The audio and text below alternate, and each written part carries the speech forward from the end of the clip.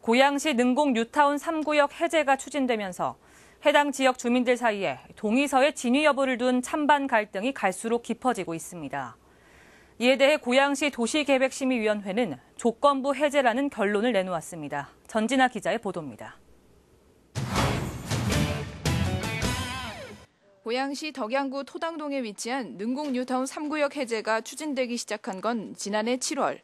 전체 주민 976명 가운데 30.9%인 296명이 해제 동의서를 제출했습니다. 추진위원회가 없는 3구역의 경우 주민 동의가 30%를 넘으면 뉴타운 해제가 가능하기 때문입니다. 여기 살던 사람들은 15%도 여기에 남지를 못하고 돈이 없으니까 그러니까 빚 때문에 올라서 어려움을 당하니까 남의 재산을 갖다가 그렇게 하는 게 그게 공산주의가 아니고서는 할 수가 없는 거다. 그래서 우리가 모여서 같이 힘을 합해서 일을 하자. 그런데 접수 이후 뉴타운 해제 서명을 철회한다며 주민들이 내용 증명을 고양시에 보내거나 본인이 서명하지 않은 동의서가 있다며 제출된 서명에 문제가 있다는 주장이 뉴타운 찬성 측에서 제기됐습니다. 이와 관련해 일부 주민이 경찰에 고발장을 접수하면서 양측의 진실 공방이 벌어지고 있습니다. 진행하는 줄 알았어요. 그때 당시까지도.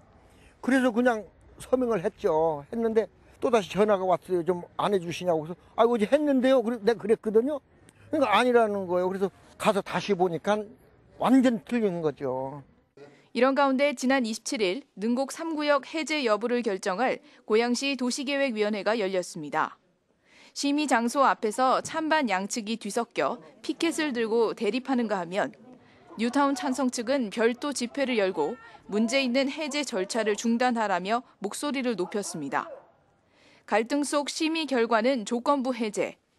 능곡 3구역 뉴타운 해제 이후 도시재생 등 해당 지역의 관리 대안을 고양시에 주문하는 동시에 경찰 고발건 외에 향후 예상되는 행정소송 등의 판결에 따라 해제 요건인 동의 30%가 미달되는 경우엔 뉴타운 해제를 철회한다는 두 가지의 상반된 조건입니다.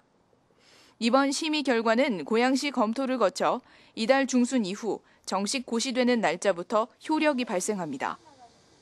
그 고발된 건하고도 물론 이제 연관은 있겠지만은 아마도 이제 행정소송이나 행정심판에 의해 가지고 판결이 나면은 당연히 저희는 그 판결에 따를 수밖에 없지 않습니까? 그래서 다시 이제 그 해제 취소 고시를 또 해야 되고요. 찬반 대립이 심화되고 있는 능곡 3구역의 최종 해제 여부는 결국 양측 사이에서 이도저도 결론을 내지 못한 고양시 손을 벗어나 장기간 걸릴 것으로 예상되는 사법부 판단에 따라 결정될 것으로 보입니다. 딜라이브 서울 경기 케이블 TV 전진아입니다.